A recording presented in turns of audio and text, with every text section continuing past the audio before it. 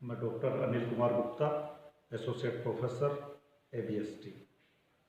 आज हम पढ़ेंगे बीमित हानियों के संबंध में व्यवसाय की पुस्तकों में की जाने वाली लेखा प्रविष्टियों के बारे में। बीमित हानियों के संबंध में व्यवसाय मुख्य रूप से निम्नलिखित लेखा प्रविष्टियां अपनी पुस्तकों में करता है।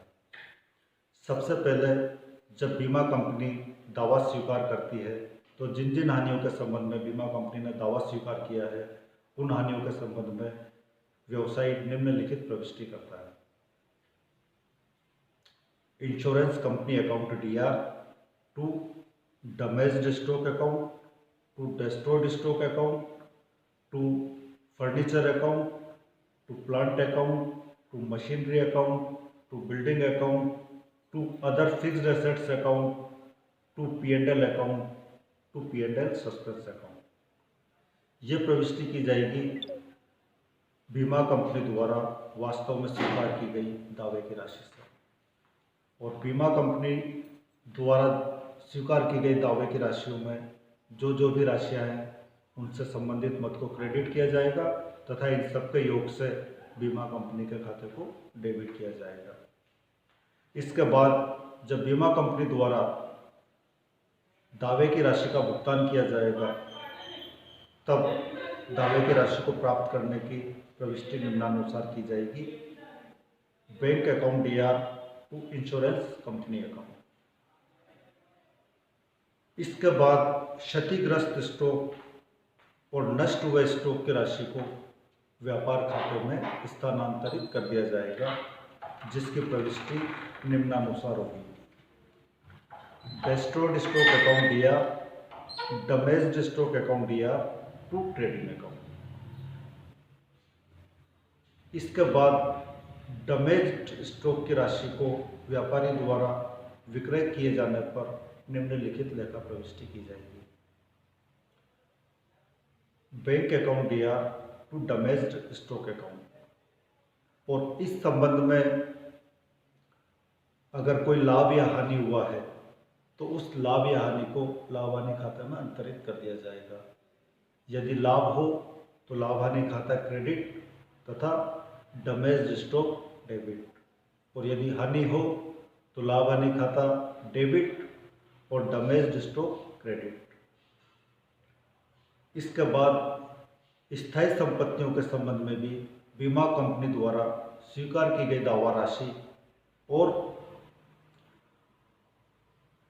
संपत्तियों के मूल्य में यदि अंतर आता है तो उस अंतर की राशि को लाभ हानि खाते में अंतरित कर दिया जाएगा।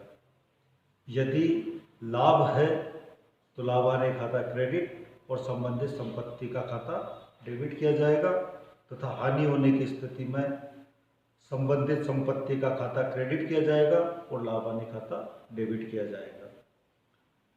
इसके अलावा आग बुझाने के व्यय यदि व्यापारी द्वारा किए गए हैं तो इसके लिए निम्नलिखित प्रविष्टि की जाएगी। Insurance expenses account DR to bank account. इसके अलावा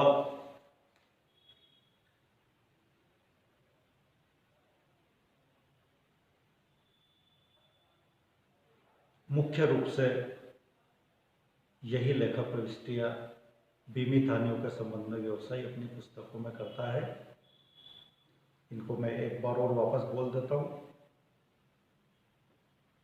सबसे पहले, दावा स्वीकार होने पर insurance company account DR to destroyed stock account, to damaged stock account, to P&L account, to P&L suspense account, to furniture account, to plant account, to machinery account, to building account, to other assets account.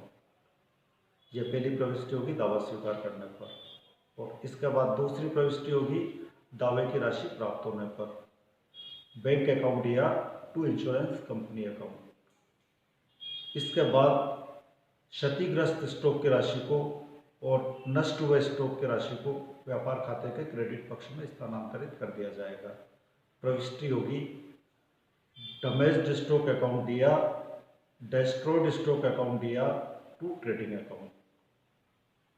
इसके बाद damaged stock की राशि को विक्रय करने पर निम्नलिखित प्रविष्टि की जाएगी।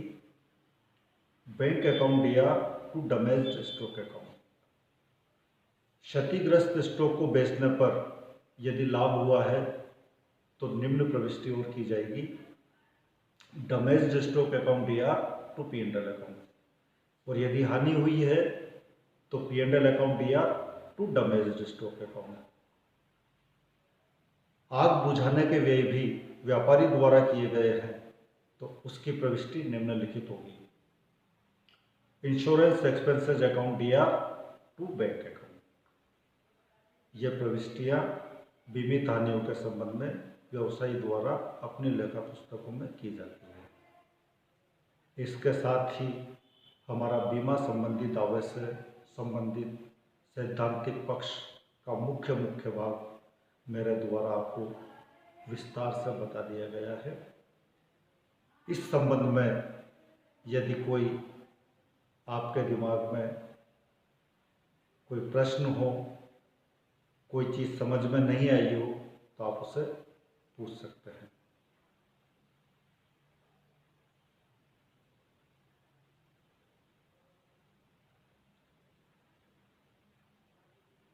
मैं जहाँ तक सोचता हूँ सभी को बीमा संबंधी दावे के संबंध में किसी प्रकार की कोई समस्या नहीं है।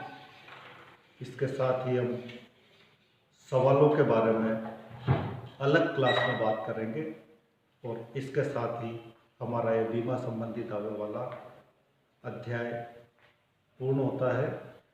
धन्यवाद।